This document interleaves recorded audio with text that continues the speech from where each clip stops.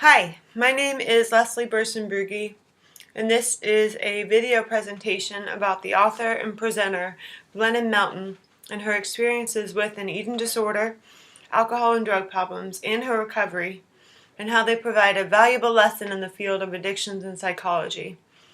In her video, Lessons from a Mental Hospital, Glennon tells us her raw and honest story about herself as a girl who never felt fully comfortable in her world and felt as though her feelings were wrong or inappropriate. We can probably all relate to this in some way, shape, or form.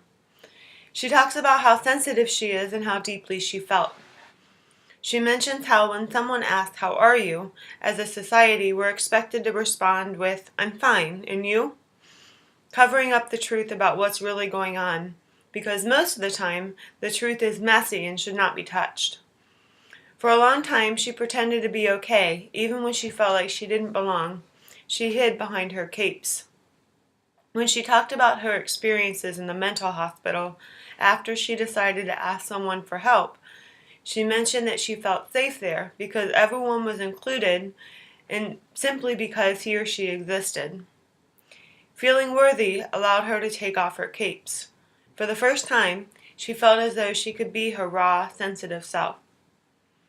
She talks about her experiences in college that led her to experiment with drugs and alcohol, and how she was ashamed to wake up in the morning and hid from the sunrise. The sun represented reality for her, and it was too great a challenge to face. Today, she has learned to view the sunrise differently, that each morning when the sun rises, it's an invitation to accept hope, to begin the next day waiting and allowing something good to happen. When she learns that she will become a mother, she decides to become sober, to peel off her capes and become as whole as she can be without them. At first, her feelings are painful and foreign. Those things that she pushed away for so long showed up in all their ugly glory, and she needed to learn to be with them. She learned to be with the highs and lows of life, and accepted her feelings as normal, no matter how sensitive she felt or how she appeared to other people. Today, she challenges herself to be all that she is and all that she is not, and accepts herself for who she is. Her ability to connect and share with others is helpful for her and helpful for those around her. Glennon's blogs and presentations, and probably her book, which I hope to read soon, include her past experiences of feeling inferior, too sensitive, or awkward and oily. She believed that she was all of those things, and that being all of those things was not okay. From a theoretical perspective, cognitive behavioral issues presented themselves to the fullest. She felt ashamed and embarrassed about how she was and acted in a way that made her feel numb or isolated.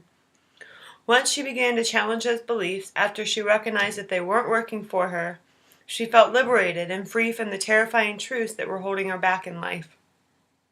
Stepping up, showing up, and allowing herself to feel gave her freedom from the truths that she once believed. Although she did not mention what type of treatment she received, I'd be willing to guess that she worked on CBT and rearranged the beliefs that crippled her for so long and became automatic to her. In her video at the TEDx convention, she mentioned how she felt different from other people and compared herself to those around her. This type of thinking is consistent with cognitive behavioral therapies, but is somewhat disguised as social learning. She talks about how she isolated and did not have healthy relationships. Social learning does not apply in her situation, since she tells us how she isolated and did not rely heavily on her relationship with others. Social theory indicates that we learn from those around us and how to act and how to cope. In Glennon's case, she isolated in such a way that alcohol, food, and drugs helped her self-medicate, and she was content. Until it didn't work anymore, she found herself hiding away from other people. Only when she made her conscious decision to show up did she apply her new beliefs to her social atmosphere and learn that people can be broken and whole together.